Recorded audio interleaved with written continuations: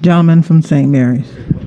Madam Speaker, I want to thank the committee chair and the floor leader for working with us on that amendment I presented yesterday, and I want to thank them for considering it and adopting it. You know, if this bill is about fairness, it should be applied across the board, and I believe it is applied more fairly now, even though our districts do seem to have some issues, and we have further amendments to address that. Thank you, Madam Speaker. All in favor of the amendment signify by saying aye.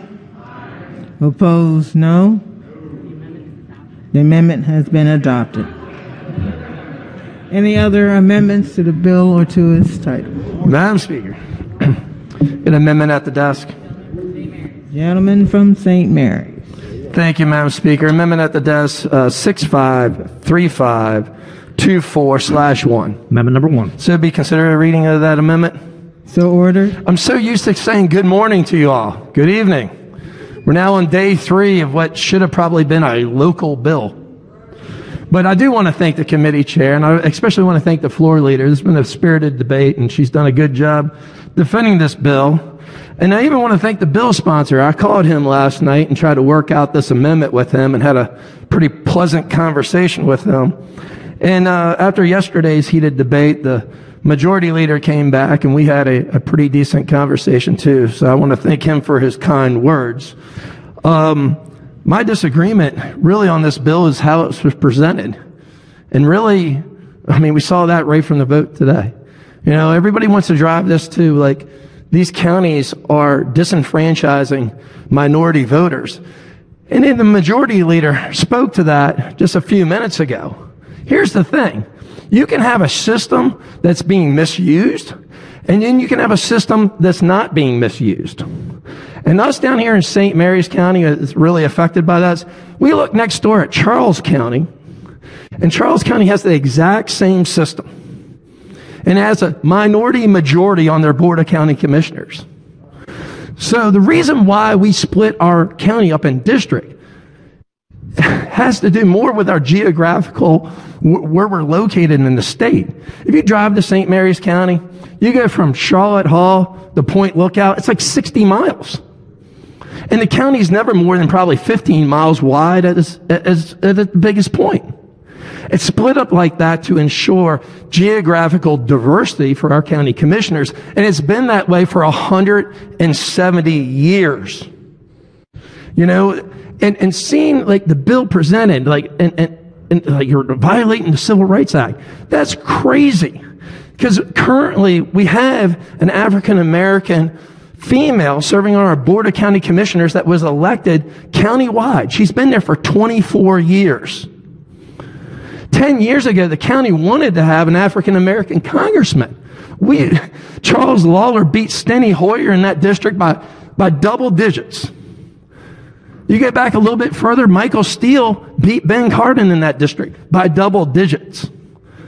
This isn't about skin color. It's about local courtesy and what's going on here. This is why the minority party is so frustrated over this right now. You know, I mean, it's a false narrative onto our counties. They're pushing it. You know, just because we have at-large voting in our district doesn't mean it's misused. There's not a single evidence of any type of racial discrimination, period. But somehow we're getting grouped in. It's not right. What are we doing here? Look, we had one delegate sponsor this bill, and about 20 activists come down from St. Mary's County on a chain email.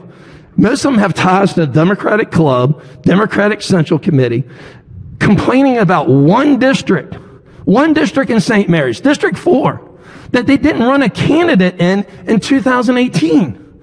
They didn't run a candidate in 2014.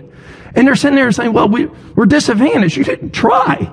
How do you know this? Are we just going to make an assumption that white people vote for white people and black people vote for black people? I can't think of anything more terrible than that. And just because we come here and you have the numbers, you're going to jam this onto the rural areas, I don't think that's right. That's not right. We're talking about fairness. That's not right. This isn't democracy, what we're doing here. This is tyranny.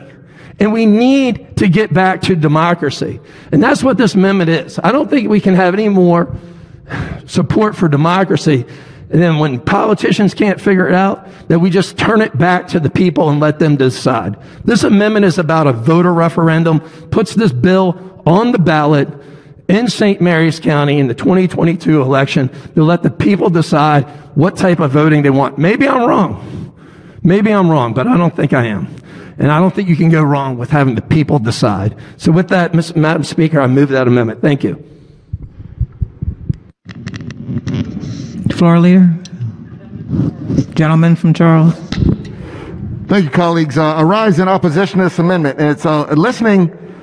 I understand the maker's frustration. You know, we painted some people through Twitter and others through voice.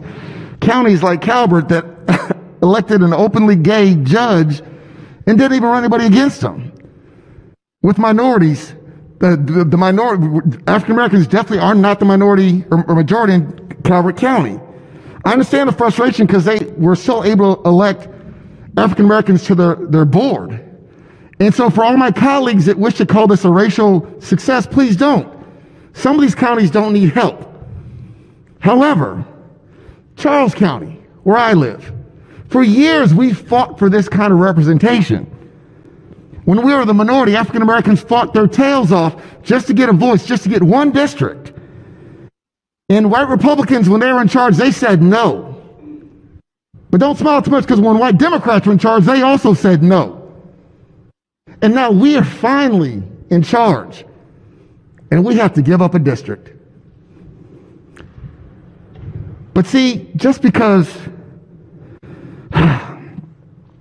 your demographic changed, that doesn't mean your values change. So if you believe in one man, one vote, you always believe in it. I can't say that I trust the people, because the people in Charles County 20 and 30 years ago would have said no. African Americans don't get a voice or a district. White Democrats and white Republicans would have said no. If you believe in one vote, if you believe in representation and a voice, then I ask you to oppose this amendment. We have a duty, and it's to make sure we help these individuals. Again, this is not about race. I agree with you. And I agree, that was a mistake to bring it up. It's about your values and how we're going to be represented as a state and as counties. I ask you to reject this amendment. On the floor leader. Madam Speaker, I just want to associate myself with the comments from the gentleman from Charles County. He said it. Let's reject this amendment. Thank you.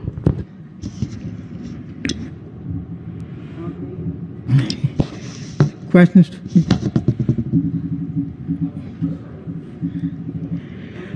On the amendment, all in favor signify by saying aye.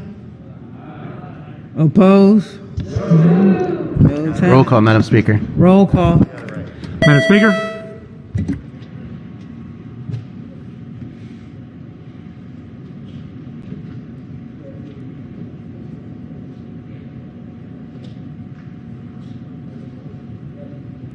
Clerk will take the call.